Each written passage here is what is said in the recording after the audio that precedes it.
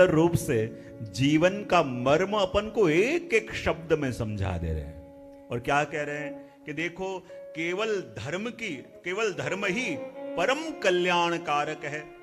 एकमात्र क्षमा ही शांति का सबसे श्रेष्ठ उपाय है।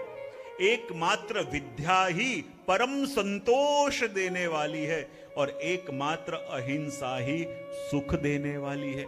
अब देखो, जितने भी मनुष्य इस जगत के अंदर हैं वो चाहते क्या हैं? बोले यही चाहते हैं कि हमारा कल्याण हो, हाँ? हमारा कल्याण हो जावे। दूसरा चाहते हैं हमको शांति मिले, तीसरा हमको संतोष मिले और तीसरा हमको सुख मिले।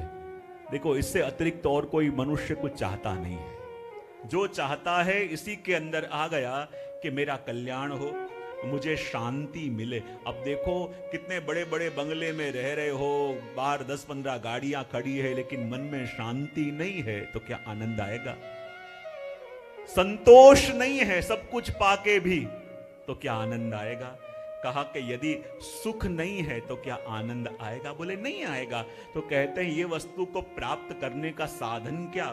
तो सबसे पहले बता दिया कि यदि जीवन में चाहते हो कि मेरा कल्याण हो, यदि चाहते हो कि जिसके कारण ये मनुष्य देह मुझे मिला, ये मनुष्य देह सार्थक हुआ धारण करना, यानी जब ये मनुष्य देह धारण करा के प्रभु ने अपन को भेजा तो अपना जीवन देख के प्रभु को अफसोस न हो किसी गलत व्यक्ति को ये शरीर दे दिया। प्रभु को अफसोस न हो, यानी ये जीवन का कल्याण अपन ने किया। और ये कल्याण कब होता है? तो यहां कहा कि कल्याण की कामना, जीवन का साफल्य धर्म से ही होगा। क्या कहा कि यदि जीवन में धर्म के पथ पे अपन चल रहे हैं तो ही अपने आत्मा का कल्याण अपन कर पाएंगे। उसके अतिरिक्त जीवन का कल्याण कहीं हो ना पाएगा। दूसरा कहा कि यदि जीवन में शांति चाहते हो, बहुत ध्यान से समझना, हर कोई चाहता है कि मुझे शांति मिले, हर कोई चाहता है कि मेरे जीवन में भी शांति आवे, और ये शांति पाने की कामना में ही अपन अपने मन को ज्यादा अशांत बनाते रहते हैं। घर में कोई कुछ बोल रहा, अरे शांति से बैठने दो, शांति से बैठने दो, ये कहने के लिए भी मन को कितना अशांत किया। थोड़ी शांति रखो, ये करने के लिए भी अपन ने शांति रखो कहने के लिए भी अपने मन को अशांत किया कि नहीं? चाहते हैं शांति, लेकिन जो चाहते हैं वो अपने अंदर पहले आएगी तो बाहर से मिलेगी।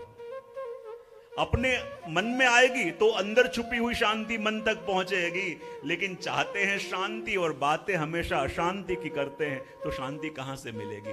तो कहा यदि जीवन में शांति पाना चाहते हो तो कहते हैं कि शांति कहां से मिलेगी? एकमात्र क्षमा।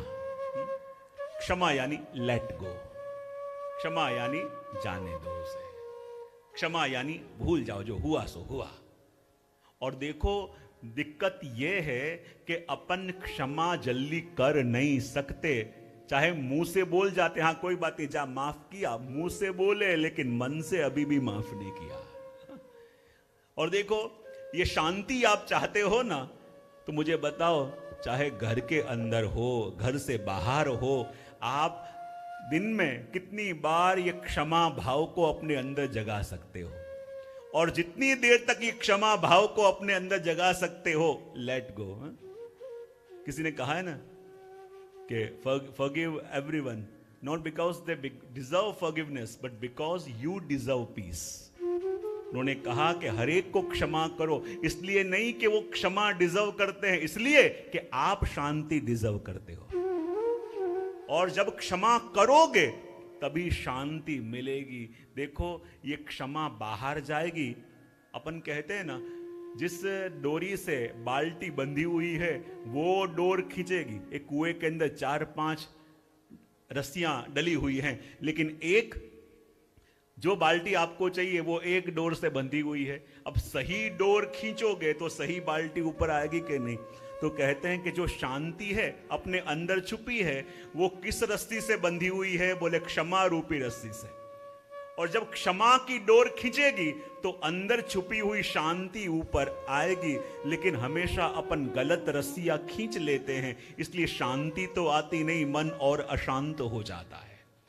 इसलिए यहां कह दिया कि यदि जो व्यक्ति जीवन में शांति चाहता है तो क्षमा भाव जगाए बिना, क्षमा करे बिना शांति कभी आने वाली नहीं है।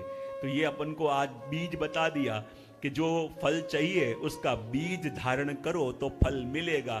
तो कहा शांति चाहिए तो इसका बीज क्या है? बोले क्षमा।